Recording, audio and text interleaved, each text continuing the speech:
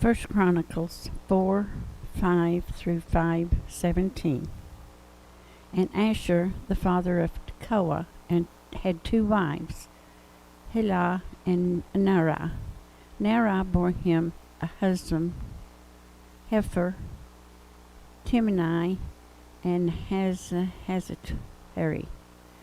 These were the sons of Neri. The sons of Helah were Zereth, Zohar, and Ethnan.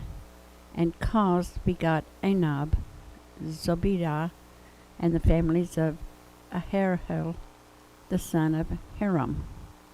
Now Jabaz was more honorable than his brothers, and his mother called his name Jabaz, saying, Because I bore him in pain. And Jabaz called on the God of Israel, saying, Oh, that you would bless me indeed, and enlarge my territory, that your hand would be with me, and that you would keep me from evil, that I may not cause pain.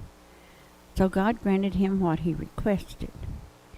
Chelub, the brother of Shuha, begot Mehar, who was the father of Eshton. And Eshton begot Beth Rapha, Pasere, and Tehanah, the father of Arnahash. These were the men of Rekha.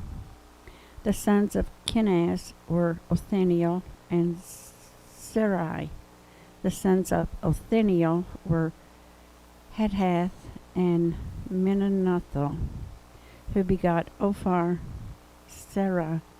Seraiah begot Joab, the father of Jehosham, for they were craftsmen.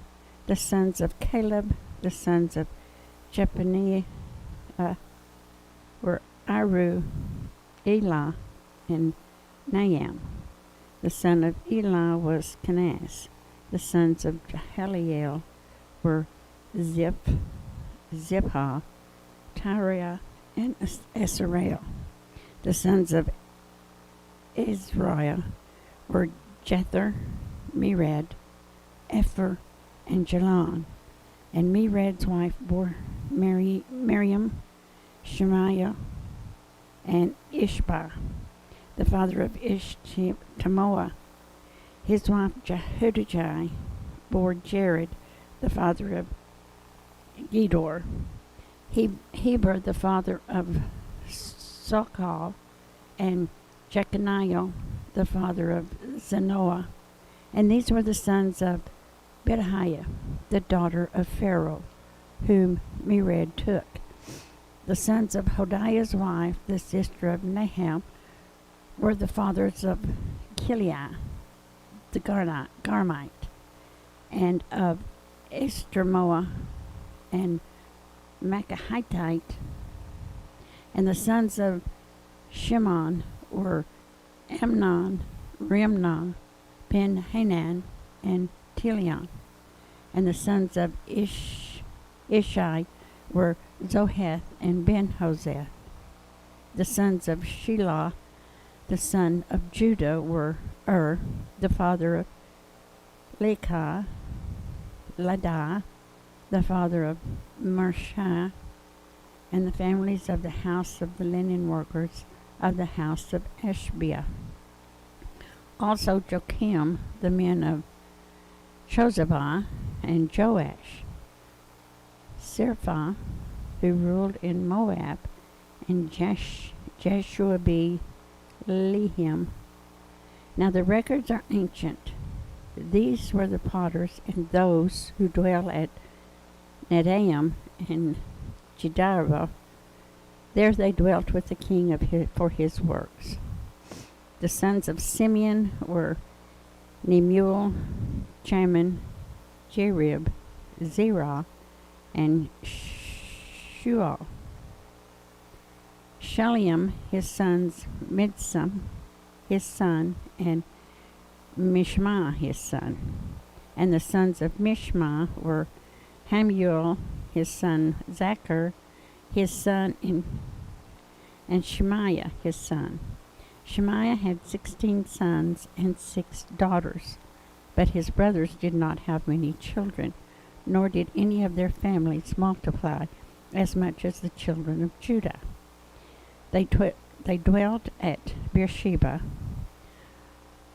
Moladah, Hazar Shuel, Bilhah, Ezim, Tolad, Bethuel, Hormah, Ziklag, Beth Markabah, Hazar Shushan, Beth Beri, and at Shaaraim.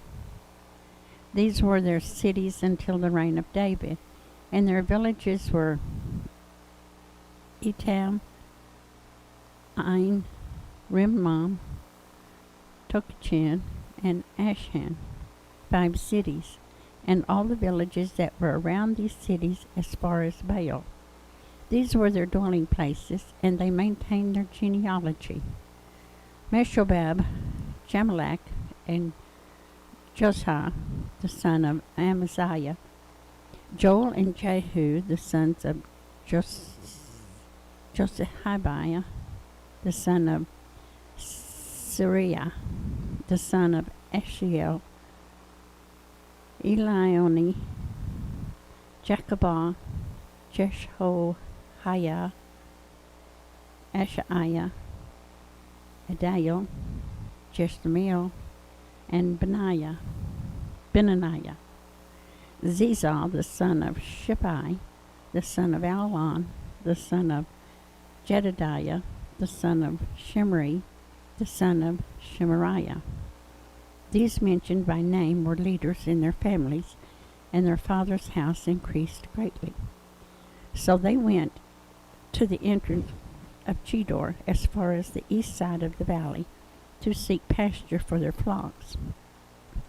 And they found rich, good pasture, and the land was broad, quiet, and peaceful, for some Hamathites formerly lived there. These recorded by name came in the days of Hezekiah, king of Judah, and they attacked their tents and the Mennonites who were found there, and utterly destroyed them, as it is to this day. So they dwelt in their place, because there was pasture for their flocks there. Now some of them, 500 men of the sons of Simeon, went to Mount Seir, having as their captains Pelatiah, Neariah, Repahiah, and Uziel, the son of Ishai. And they defeated the rest of the Amalekites who had escaped. They have dwelt there to this day. Now the sons of Reuben, the firstborn of Israel, he was indeed the firstborn, but because he defiled his father's bed, his birthright was given to the sons of Joseph, the sons of Israel, so that the genealogy is not listed according to the birthright. Yet Judah prevailed over his brothers, and from him came a ruler, although the birthright was Joseph's. The sons of Reuben, the firstborn of Israel, were Hanok, Peliu, Hezron, and Carmi. The sons of Joel were Shemaiah his son, Gog his son, Shimei his son, Micah his son, Reiah his son, Baal his son, and Berah his son, whom Tiglath-Pileser, king of Assyria, carried into captivity. He was leader of the Reubenites, and his brethren by their families. When the genealogy of their generation was registered, the chief Chelel and Zechariah and Bela, the son of Ahaz, the son of Shema, the son of Joel, who dwelt in Arah, as far as Nebo and Baal-meon. Eastward they settled as far as the entrance of the wilderness, this side of the river Euphrates, because their cattle had multiplied in the land of Gilead. Now in the days of Saul they made war with the Hagarites, who fell by their hands, and they dwelt in their tents throughout the entire area east of Gilead. And the children of God dwelt next to them in the land of Bashan, as far as Salcah. Joel was the chief, Shaphan the next, and Janiah and Shaphat in Bashan, and their brethren of their father's house, Michael, Meshullam, Sheba, Joriah, Jachan, Zia, and Eber, 7 in all. Zia and Eber, 7 in all. These were the children of Abihail, the son of Huri, the son of Jaroah, the son of Gilead, the son of Michael, the son of Jesishel, the son of Jehoda, the son of Buz, Ahai, the son of Abdiel, the son of Guni, was chief of their father's house. And the Gadites dwelt in Gilead, in Bashan, and in its villages, and in all the common lands of Sharon within their borders.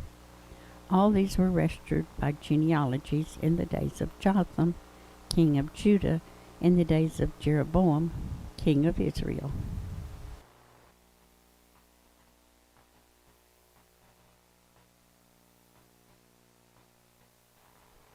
Acts 25, 1 through 27.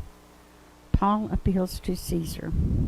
Now when Festus had come to the province after 3 days, he went up from Caesarea to Jerusalem.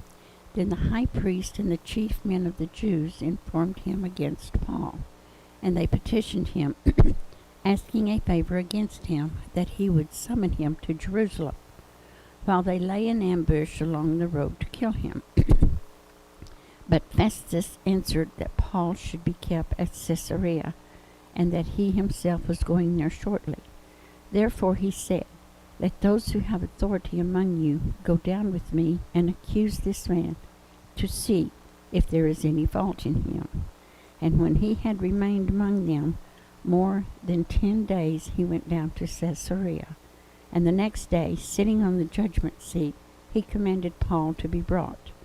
When he had come, the Jews who had come down from Jerusalem stood about and laid many serious complaints against Paul, which they could not prove, while he answered for himself, Neither against the law of the Jews, nor against the temple, nor against Caesar have I offended in any one at all. But Festus, wanting to do the Jews a favor, answered Paul and said, Are you willing to go up to Jerusalem, and there be judged before me concerning these things? So Paul said, I stand at Caesar's judgment seat, where I ought to be judged. To the Jews I have done no wrong, as you very well know. For if I am offender, or have committed anything deserving of death, I do not object to dying. But if there is nothing in these things of which these men accuse me, no one can deliver me to them. I appeal to Caesar. Then Festus, when he had conferred with the council, answered, You have appealed to Caesar. To Caesar you shall go. Paul before Agrippa. After some days, King Agrippa and Bernice came to Caesarea to greet Festus. When they had been there many days, Festus laid Paul's case before the king, saying, There is a certain man left a prisoner by Felix, about whom the chief priest and the elders of the Jews informed me, when I was in Jerusalem, asking for a judgment against him. To them I answered, It is not the custom of the Romans to deliver any man to destruction before the accused meets the accusers face to face, and has opportunity to answer for himself concerning the charge against him. Therefore, when they had come together without any delay, the next day I sat on the judgment seat and commanded the man to be brought in. When the accusers stood up, they brought no accusations against him of such things as I supposed, but had some questions against him about their own religion, and about a certain Jesus, who had died, whom Paul affirmed to be alive. And because I was uncertain of such questions, I asked whether he was willing to go to Jerusalem and there be judged concerning these matters. But when Paul appealed to be reserved for the decision of Augustus, I commanded him to be kept till I could send him to Caesar. Then Agrippa said to Festus, I also would like to hear the man myself. Tomorrow, he said, you shall hear him. So the next day, when Agrippa and Bernice had come with great pomp and had entered the auditorium with the commanders and the prominent men of the city, at Festus's command, Paul was brought in. And Festus said, King Agrippa, and all the men who are here present with us, you see this man about whom the whole assembly of the Jews petitioned me, both at Jerusalem and here, crying out that he was not fit to live any longer. But when I found out that he had committed nothing deserving of death, and that he himself had appeared to Augustus, I decided to send him. I have nothing certain to write to my Lord concerning him. Therefore I brought him out before you, and especially before you, King Agrippa, so that after the examination has taken place, I may have something to write. For it seems to me unreasonable to send a prisoner and not to specify the charges against him.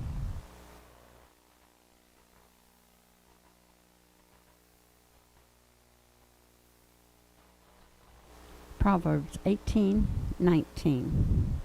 A brother offended is harder to win than a strong city, and contentions are like the bars of a castle.